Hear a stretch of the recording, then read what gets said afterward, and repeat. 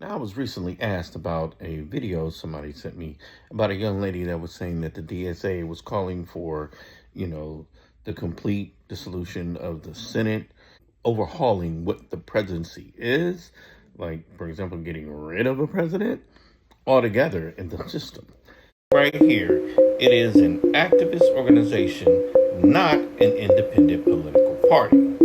Their goals.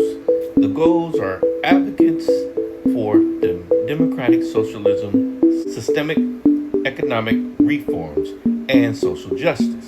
What actions do they take? Members often participate in labor organizing and support candidates running with major political parties. I did not go overboard in describing literally anything the DSA wants. I quoted their fucking platform from their fucking website. What's that say right there? What? Louder. What? Abolish the Senate. What do you say? They don't want to abolish the Senate. What? What's that say? Replace the president and Supreme Court with an executive and judiciary chosen by Congress. That's literally what I said with my mouth that they wanted. Quoting. I'm quoting. It's also what the fucking chair of the DSA told Fox News. Be sort of a true or false on these. Abolish the Senate. True. Okay. Replace the presidency and Supreme Court as we now know them. True. So I thought about that for a minute, and I was thinking, like, people are very upset right now. But there are only 120,000 people in the DSA. Remember, there's about 330 million people in the United States. All of them don't vote, true enough. But the point is this. Just because less than 1% of the population calls for something doesn't make them a terrorist group. It doesn't make them any less or more capable of doing what they are actually calling for. And who's to say that all of them are calling for that? I doubt that. But the point that I'm trying to make is this. Everybody has to pick and choose what cherry they want to present out to the public. And this is just one of those things. It is in the DSA's or one of the DSA's websites that says they want to call for all those kind of things. That is true. So you have to look at it from like, why would they call for that? Well, many people were upset. This is the Democratic Socialist, Association. They are not, a political organization that's on the ballot per se, but they just back. In other words, they're not a political party, but they are somewhat of like a PAC. You know what I mean? They back political opponents. Since you've been alive, since I've been alive, since your grandmother been alive, since everybody before them been alive, has anybody ever picked anything besides a Democrat or a Republican? I'm going to have to research that. I don't know for sure. But I don't recall any in my lifetime of a socialist, liberal, progressive, none of them making it seriously as a presidential candidate. Just a candidate, let alone be president. So this really doesn't rent too much space in my head. What does rent space in my head is the people that are likely to be in power. And unless we do something drastic, I don't see it changing for either side, Democrats or Republicans. Because right now, greed and money is the biggest problem in politics. And there are some people, trying to do something about that. But the most immediate things that a lot of these groups want to do is just burn the whole damn thing down. Which, in my opinion, that never works. Because you don't know what you're going to have when you try and build it back up in a different manner. Be more likely to just piecemeal and change things here and there. But to burn down the whole system, in the end, who's really going to come up from that? The people with the most money. Let's be honest. Then we worse off than when we started.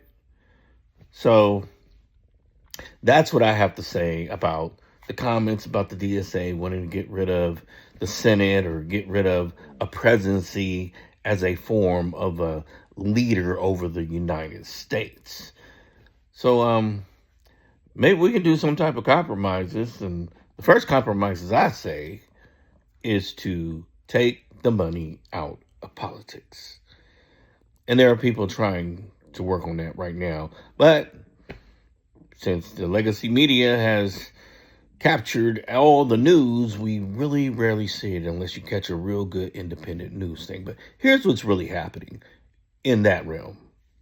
You can't look at the system we've got right now and think there's anything healthy about this. He wants to basically take control of the elections from the states. Nothing to stop him now. For the first time in 15 years, we might finally be able to destroy Citizens United, but not by overturning it. A groundbreaking legal effort spearheaded by Harvard Law professor Larry Lessig and backed by an unlikely coalition of billionaires, including Mark Cuban and Reid Hoffman, is taking direct aim at the legal foundation that created super PACs. You've probably heard that the reason super PACs exist is thanks to this really famous Supreme Court decision called Citizens United, but that's actually not the full story. Yes, Citizens United set the stage for the billionaire-backed super PAC system that we have now, but it was actually a lower court ruling called Speech Now versus the FEC that claimed basically quid pro quo political donations to super PACs didn't exist. And then it's actually that decision that allowed for the super corrupt system that we have today. So basically, this Speech Now decision that was decided just a couple months after Citizens United was like, there's no way that somebody would donate $100 million to a super PAC boosting a candidate and expect a single favor in return. The super PAC, they argued, was independent from a political campaign, so the money couldn't supposedly corrupt anyone. If this sounds incredibly naive and dumb, yes. But you have to remember back in 2010, when Citizens United and Speech Now were both decided, we had a radically different political and financial landscape, and billionaires just did not have as much influence as they do today. So it was really hard for these courts to even sort of consider the ways that billionaires might be able to warp our elections. Anyway, so the Speech Now decision happens and unleashed unlimited political donations and flooded elections with billionaire money via super PACs. Larry Lessig, that famous Harvard lawyer that I mentioned in the beginning, he's currently targeting that Speech Now lower court ruling, trying to get it overturned.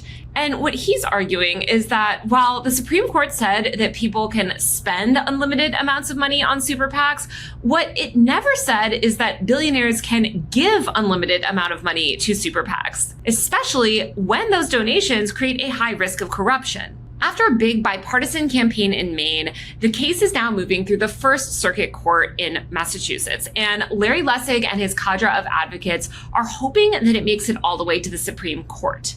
Because, again, overturning Speech Now would basically revive long dormant laws that are already on the books that would cap political contributions, making Citizens United irrelevant.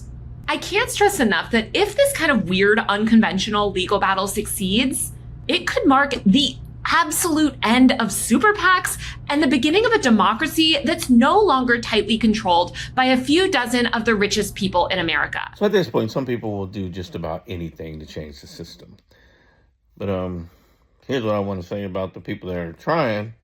Remember who you are and don't let this world change you. If you ever want to burn this whole shit down, I don't blame you. Come